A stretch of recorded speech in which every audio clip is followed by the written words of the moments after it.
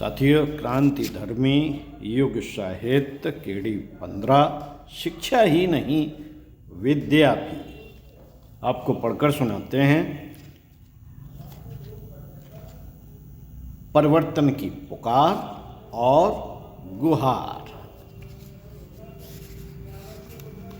एक भाषी क्षेत्र का निवासी यदि दूसरी भाषा बोलने वाले क्षेत्र में बसने जाए तो सर्वप्रथम उसे उस नए क्षेत्र की भाषा का अभ्यास करना पड़ता है। अभ्यास करना पड़ेगा। वहाँ के रहन सहन, रीत रिवाज, विचार, संस्कृत आदि से परिचित होने की आवश्यकता पड़ेगी। यदि इस सीखने जानने में उपेक्षा बरती जाए तो पग पग पर गूंगे बहरे अजनबी की तरह परेशान होना पड़ेगा। ईसाई पादरी प्रायः यूरोपीय देशों से आते हैं। अपने उद्देश्य को पूरा करने के लिए वे एशिया, अफ्रीका आदि महाद्वीपों में जाकर बसते हैं और प्रमुख रूप से पिछड़े इलाकों को अपना कार्य क्षेत्र चुनते हैं। इससे पूर्व उन्हें वहाँ की भाषा, संस्कृति, समस्या आदि से परिचित होना पड़ता है। साथ ही यह भी जानना होता है कि उनके साथ किस प्रकार घुला मिला जा सकता है।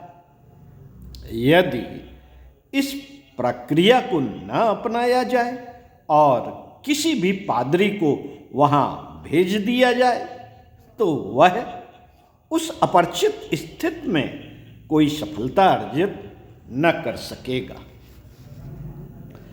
21वीं सदी एक प्रकार से ऐसी परिस्थितियों वाली अवधि या परिधि है जिसमें प्रवेश करने वालों को पुरानी आदतें भुलानी और नए सिरे से नई जानकारियां अर्जित करके व्यवहार में उतारनी पड़ेंगी। इसके बिना गाड़ी एक भी कदम आगे न चल सकेगी। युग परिवर्तन में मनुष्यों की आकृति तो अब जैसी ही रहेगी, पर उनकी प्रकृति बदल जाएगी। प्रकृति से यहाँ तात्पर्य मान्यता, भावना, विचारणा, इच्छा और गतिविधियों का समुच्चय है। यूं प्रकृति शब्द संसार को गतिशील रखने वाले प्रवाह को भी कहते हैं, पर यहाँ तात्पर्य मात्र गुण, कर्म, स्वभाव से है। परिवर्तन इन्हीं में होना है। गुण, कर्म, स्वभाव इन्हीं में परिवर्तन होना है। उज्जवल भविष्य की संभावना वाली भवितव्यता पूरी तरह इसी केंद्र बिंदु पर निर्भर है। इसलिए भावी परिवर्तन की चर्चा करने वाले प्रायः यही कहते हैं कि अगले दिनों सर्वसाधारण की न सही विचारवानों की प्रकृति तो लगभग इतनी बदल जाएगी जिसे आमूल चूर हेर फेर के रूप में देखा जा सके। इन दिनों प्रस्तुत असंख्य विपत्तियों का सबसे बड़ा निमित्त कारण एक ही है कि मनुष्य अदूरदर्शिता की व्याधि से ग्रस्त है। अदूरदर्शिता की व्याधि से ग्रस्त है। उसे लगता है कि तात्कालिक रसास्वादन को ही सब कुछ मान लिया जाए। जो कुछ सोचा या दिया जाए उसे अपने आपे तक ही सीमित रखा जाए। बहुत हुआ तो उन्हें भी कुछ सहारा दिया जाए जिनसे लाभ मिलता है या मिलने वाला है। इसके अतिरिक्त जो भी प्राणी या पदार्थ संसार में शेष रहते हैं उनका दोहन किया जाए। वैसा न बन पड़े तो उपेक्षित छोड़ दिया जाए। अन्यान्यों के प्रति भी अपना कुछ कर्तव्य या उत्तरदायित्व है। इसे समझने या क्रियान्वित करने की अभिरुचि एक प्रकार से समाप्त जैसी ही हो गई। योजनाएं बनाने और प्रयास करने के लिए एकमात्र स्वार्थपरता ही शेष रहती है। परमार्थ तो मात्र मनोविनोद जैसी चर्चा का विषय रह जाता है। बहुत हुआ तो आत्मविज्ञापन के लिए उदार चेतता होने का ढिंढोरा पिटवाकर अपनी मलिनता पर तनिक सी पॉलिश पोतली।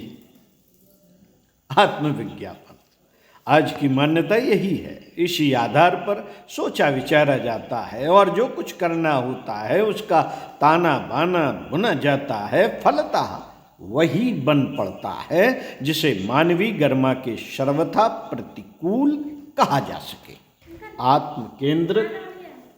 आत्मकेंद्रित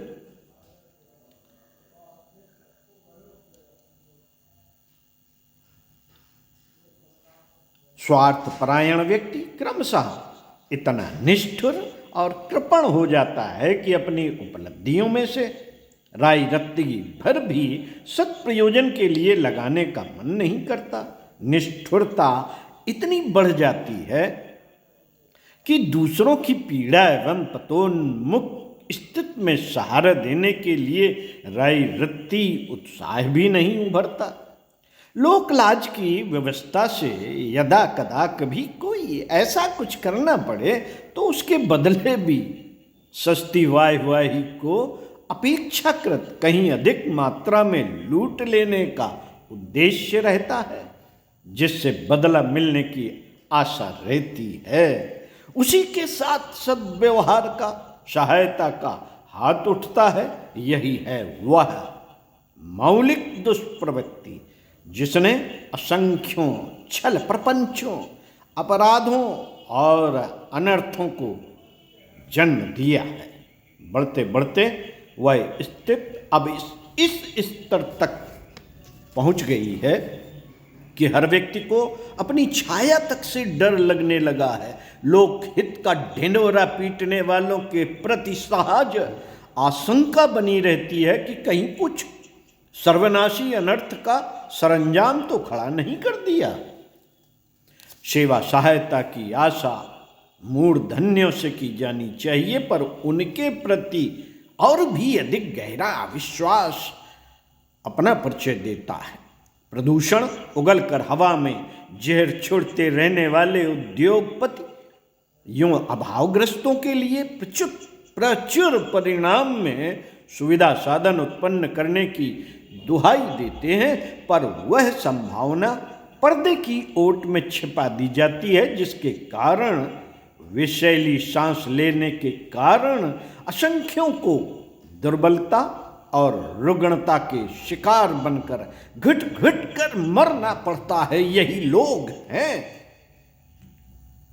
जो पेयजल में विषाक्त रसायन घोलते और पीने वालों के लिए अकाल मृत्यु का संकट उत्पन्न करते हैं। बड़े उद्योगों के कारण कितने छोटे श्रमजीवियों को बेकार बेरोजगार रहना पड़ता है, उसके विरुद्ध कोई मुंह भी नहीं खोल पाता। गुंडागर्दी इसलिए दिन दूनी रात चौगनी गति से बढ़ती है कि उनका संगठित प्रतिरोध कर सकने की साहसिकता लगभग समाप्त हो गई। मार्गदर्शन की, धर्मोपदेश की जिम्मेदारी जिन लोगों पर है वे मात्र परावलंबन का भाग्यवाद का प्रतिपादन करते हैं। शौर्य साहस जगाने में उनका धूर का भी वास्ता नहीं रहता। परावलंबन के पक्षधर उथले धर्मकांड भर सिखाने की उनकी रीत नीति चलती रहती है। जब इतने भर से उन्हें प्रचुर परिमाण में सम्मान सहित सुविधा साधन मिल जाते हैं तो उस विवेकशीलता को क्यों जगाएं जो समर्थ होने पर उल्टी उन्हीं के विरुद्ध विद्रोह खड़ा कर सकती है।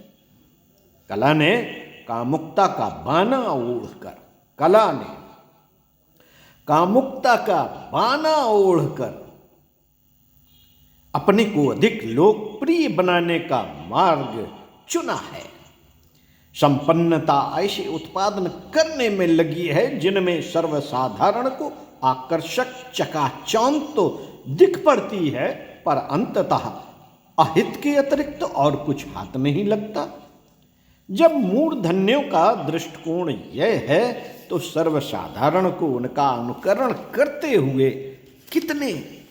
कितने गहरे गर्त में गिरना पड़ेगा, इसका अनुमान सहज ही लगाया जा सकता है। संक्षेप में, प्रेम संक्षेप में यही है कि आज के प्रचलन की वानगी। संक्षेप में यही है आज के प्रचलन की वानगी। नशेबाजी से लेकर बहु प्रजनन तक के कुप्रचलन इसी परिधि में आते हैं। पर्दा प्रथा, जातिगत ऊंच नीच, मृतक भोज, दुर्व्यसन एवं अपराध इसी संकीर्ण स्वार्थपरता की सड़ी कीचड़ में पनपे हुए हैं, जिनके कारण हर किसी को दुखी होकर समग्र परिवर्तन का आह्वान करना पड़ रहा है। बात सही भी है। विश्व वृक्ष की जड़ें कटें तो ही उन फलों का उत्पादन रुके जो व्यथा वेदनाओं की भरमार करने में ही काम आते हैं। आज दसों दिशाएं एक स्वर में किसी बड़े परिवर्तन की पुकार और गुहार मचा रही है। नियंता ने आश्वासन दिया है, नियंता ने आश्वासन दिया है कि अगली 1 शताब्दी के भीतर महाविनाश का विस्तार समेट लिया जाएगा और उज्जवल भविष्य का वातावरण बनेगा। इस परिवर्तन के लिए कुछ ऐसी ही तैयारी करनी होगी जैसे एक भाषा के जानकार को किसी अन्य भाषाई क्षेत्र में काम करने भेजा जाए। छोटे प्रशिक्षण तक जब निष्णात प्रशिक्षकों की मांग करते हैं तो युग परिवर्तन के लिए तो ऐसे महाशिल्पी चाहिए जो नए युग और नए वातावरण का सृजन कर सके। साथियों, एक इसमें कितनी बढ़िया बात है कही थी कि सेवा सहायता की आशा मूर्धन्यों से की जानी चाहिए, पर उनके प्रति और भी अधिक गहरा विश्वास अपना परिचय देता है।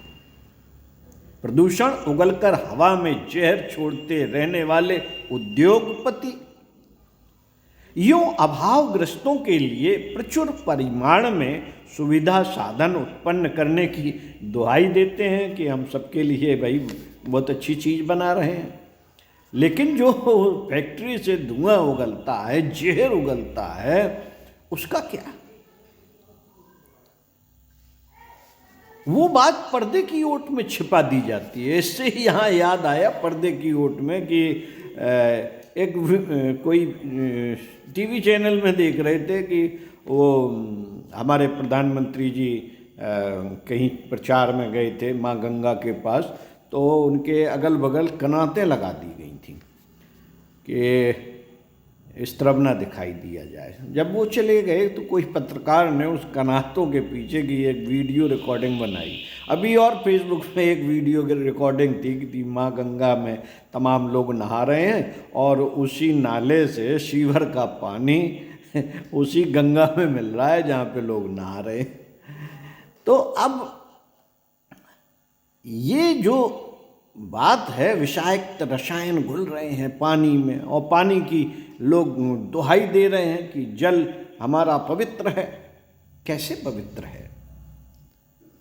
लोग जो संगठित हैं, जो ताकतवर लोग हैं, सत्ता मान लीजिए ताकतवर है, तो ताकतवर लोगों के सामने अगर इस बात को रखा जाएगा तो लोग मार दुनिया भर का उल्टा सीधा बोलना शुरू कर देते हैं और उस भीड़ में, उस संगठित आवाज़ में लोग चुप होके रह जाते हैं, कुछ नहीं कर पाते। यही बात इसमें याद आ गई थी, आपको बता दी, अपनी बात कह दी आपसे।